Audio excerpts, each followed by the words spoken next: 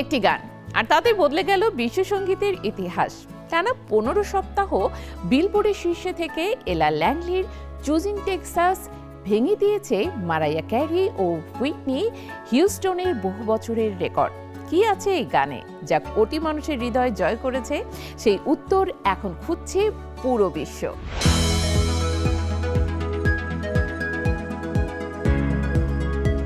এমন কিছু গান আছে যা শুধু চার্টের শীর্ষে ওঠে না, পুরো সঙ্গীত জগতের ইতিহাসই বদলে দেয়।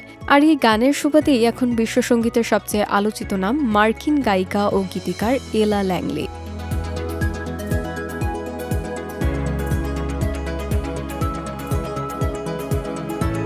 অল্প সময়ের মধ্যেই এলা কোটি কোটি শ্রোতার হৃদয়ে জায়গা করে নিয়েছেন।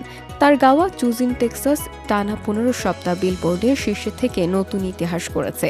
এই অর্জনের মাধ্যমে তিনি ভেঙেছেন দুই কিংবদন্তি শিল্পী মারাইয়া ক্যারি ও হুইটনি হিউস্টনের দীর্ঘদিনের রেকর্ড, যা তাকে বিশ্বসঙ্গীতের নতুন আলোচনার কেন্দ্রে এনে দিয়েছে।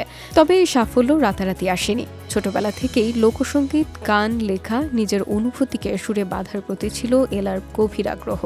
ভালোবাসার সম্পর্ক, ভাঙন এবং নিজের জীবনের গল্পই তিনি গানে তুলে ধরেছেন।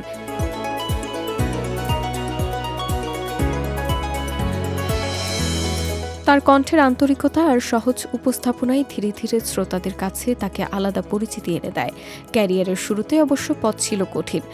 অনেক প্রযোজনা প্রতিষ্ঠান তার গান নিয়ে আগ্রহ দেখায়নি, কিন্তু এলা থেমে থাকেননি।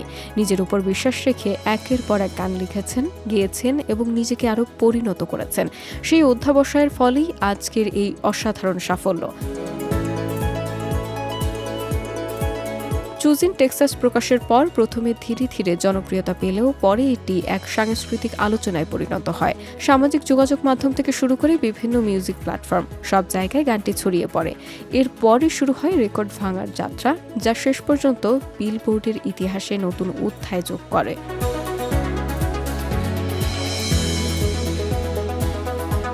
সঙ্গীত বিশ্লেষকদের মতে এই গানের সবচেয়ে বড় শক্তি এর আবেগ এবং সত্যিকারের অনুভূতি।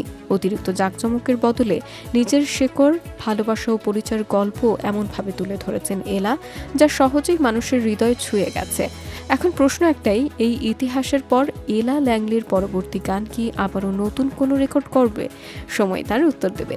তবে একটি বিষয় নিশ্চিত, বিশ্বসঙ্গীতের মঞ্চে নিজের নাম তিনি ইতিমধ্যেই স্থায়ীভাবে লিখে ফেলেছেন।